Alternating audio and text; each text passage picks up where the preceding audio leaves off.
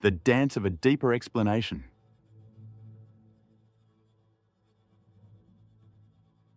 N. Happiness and the teachings of Dōgen and Aristotle.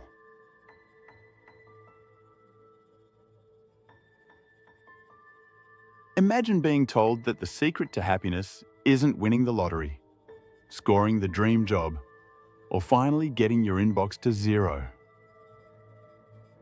What if true flourishing has less to do with external victories and more to do with a strange, ongoing conversation you have with yourself?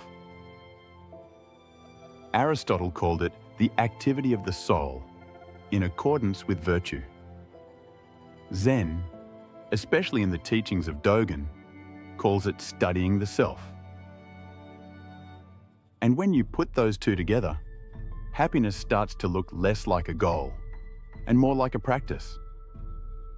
A life of persistent introspection that, itself, expresses our humanity.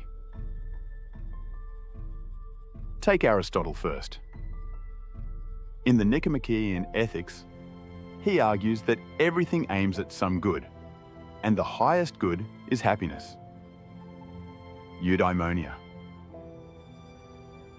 But here's the kicker. Happiness isn't pleasure or wealth or honor. It's the steady expression of virtue. And what virtue is proper to human beings? Not strength like an ox, not speed like a cheetah, but reason. Our highest virtue is the activity of study, contemplation, reflection, inquiry. For Aristotle, to live well is to study well, and in doing so to shape one's life into a harmony of circumstance, thought, and action. Now consider Dōgen. In his Genjōkōan, he writes,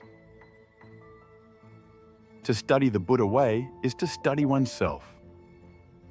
To study oneself is to forget oneself. To forget oneself is to be enlightened by the myriad dharmas." For Dōgen, Zen practice is precisely this ongoing study. Not study with books, but study with your whole body and mind. Sitting in zazen, you observe how thoughts arise and dissolve, how the self clings and releases, how each moment reveals the world afresh.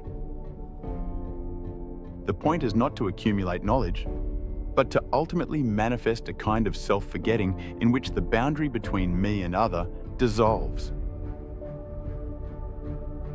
And here's where the parallels come alive. Aristotle says happiness is the expression of virtue, with study as our highest virtue. Dōgen says happiness, if we dare to call it that, emerges through the study of self, a study so complete that the very idea of self falls away. Aristotle might claim, the flourishing life is a contemplative one. Dōgen might reply, yes, but this contemplation must strive to pierce the illusion of I, until subject and object are no longer two. Put together, we get a picture of happiness that isn't about acquisition or escape, but about rhythm. Aristotle's virtue provides the disciplined framework, while Dōgen's introspection supplies the radical honesty.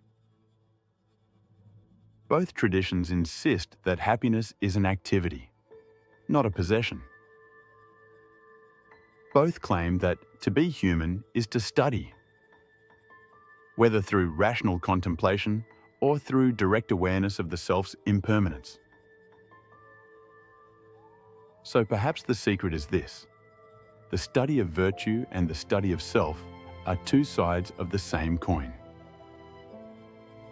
Happiness, whether in Aristotle's Lyceum or on Dōgen's meditation cushion, is nothing more and nothing less